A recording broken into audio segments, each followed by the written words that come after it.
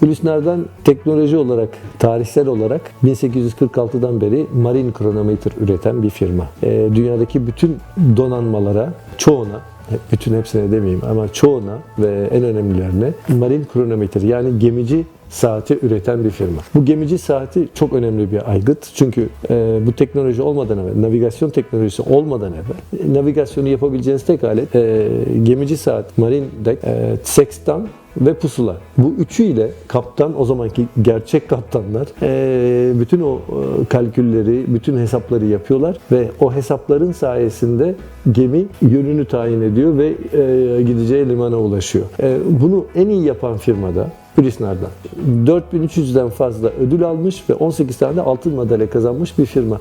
Yani bunlar da hadi Oscar töreni gibi verelim değil, hakikaten gerçekten alnının teriyle yapılmış bir şeyler. Demek ki içerisindeki insanlar, çalışan insanlar bambaşka yaratıklarmış yani.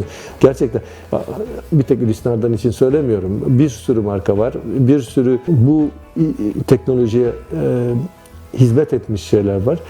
Paradan da ziyade anladığım kadarıyla o zamanlar insanlar iyi bir şey üretmek için çalışıyorlarmış. Yani çok iyi şeyler üretmek için göz nuruyla saatlerce, ne bileyim mesela bir Hulusi Nardan'ın ürettiği Cengiz Han modeli içerisinde 600'den fazla parça var ve bir mekanizmanın hayata geçirilmesi, kendi kasasına konması, ambalajlanması, bir ay gibi bir süre bir adamın, yani Avrupa şartlarında akıl alacak bir şey değil ve bugünkü teknolojiden bahsediyoruz. Yani bugünkü teknolojide çok daha kolay. Yani siz bir parçaya ihtiyacınız var, veriyorsunuz kompütere.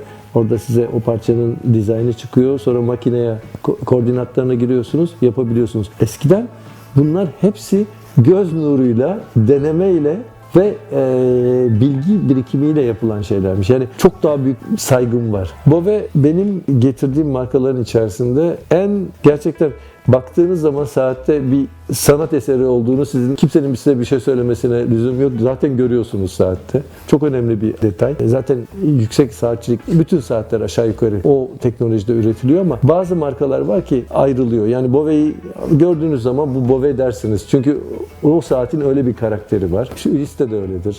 Genelde bizim markaların çoğu değil hepsi, baktığınız zaman bu marka, bu marka. Ve o kadar zor bir şey ki, şu kadar küçücük siz bir sürü şeyi tarif ediyorsunuz, kolunuzda taşıyorsunuz onu. Detaylı, en komplike saati üreten ve kendi üreten, 1500 adet aşağı yukarı senede saat üreten küçük bir firma. Orada gerçekten hala o 1900'lerin, 1800'lerin teknolojisiyle saat üreten ustaları var. Hatta bana bir tane plaka verdiler.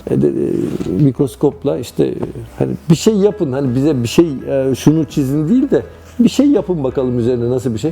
İnanın bana o bıçakla düzgün bir çizgi bile çekemedim. Ve orada insanlar o florizden başka bir sürü o teknikle oymalı saatlerin üzerine şekiller veriyorlar ve hepsinin bir tek bıçağın kaymaması lazım. Düşünün. Yani ben daha evvel çok hoşuma gidiyor desem yalan olurdu o florizan, o şeyler, oymalı saatler. Ama onu gördükten sonra dedim tamam.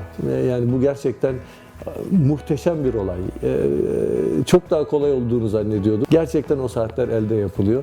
Gerçekten o saatlerin çalışması, en son şeyleri, vidaları, gözle görünmeyen vidaları, mikroskopla görülen vidaları takıyorlar saatlerin üzerine. Yani bizim Louis Marne, benim yine bu Les Ambassadeurs firmasından tanıdığım bir arkadaşımın yaptığı bir firma. Mesela o da insanüstü bir başarı yaptı bence. Markayı çok iyi tanıttı, çok güzel saatler yaptı. Markalarımızdan Korum var. Korum Türklerin de tanıdığı bir marka. Türklerin tanımasının iki tane sebebi var. Bir tanesi o bayraklı saat diye şey yapıyorlar. Bir de Atatürk'e özel bir saat yaptık. O da insanların çok hoşuna giden, çok sevdikleri bir saat. Fabrika olarak, insanlık olarak çok sevdiğim bir markadır Korum. Oris markamız var. Bence şu anda fiyat ve kalite açısından en iyi markalardan bir tanesi Oris. Ve modelleri her sene gittikçe çok geliştiriyorlar, çok güzel şeyler yapıyorlar ve alıcı kesimine baktığım zaman Oris'i çok iyi tanıyan insanlar var ve çok takip edilen bir marka. Bizim saat kurma makineleri, kasalar hala Türk piyasasında çok iyi tanıtamadığımızı düşünüyorum. Çünkü çoğu insanın saatleri var ve o insanlar bir yerlerde kasaların içerisinde falan muhafaza etmeye çalışıyorlar. Bence yanlış. Çünkü saatler çok güzel aletler. Onlarla yaşayabilmemiz lazım. Onlardan zevk alabilmemiz lazım.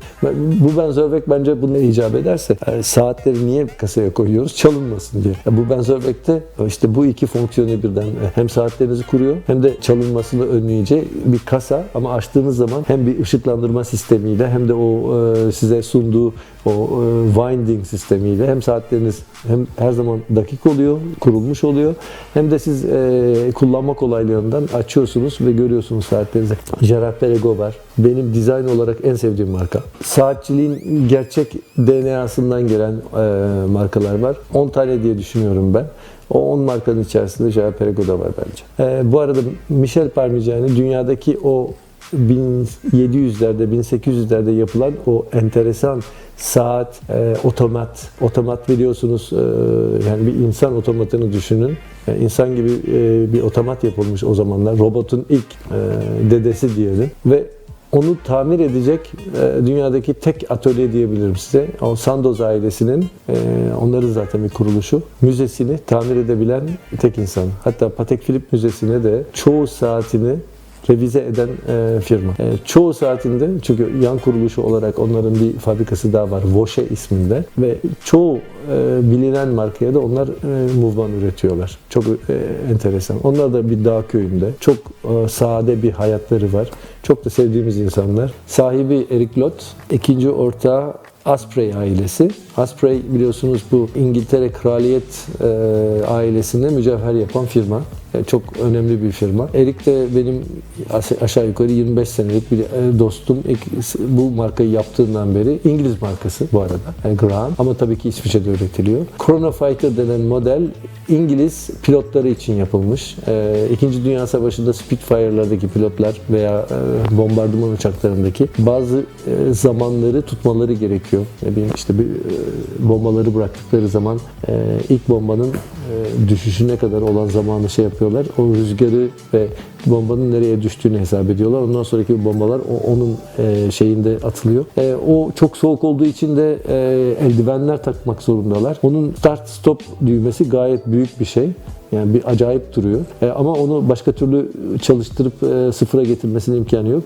Böyle bir model yaptılar ve çok enteresandır. İngiltere saatçiliğin çıkış noktalarından bir tanesi. Belki devam ettirmediler İsviçreliler gibi ama çoğu şeyde de navigasyonda İngilizlerin de çok büyük etkisi var. Fransızların çok büyük etkisi var. İngilizler ve Fransızların dahiyane buluşları İngiliz saatçi tabii ki İsviçre'ye yansımış. Graham da bu markalardan bir tanesi.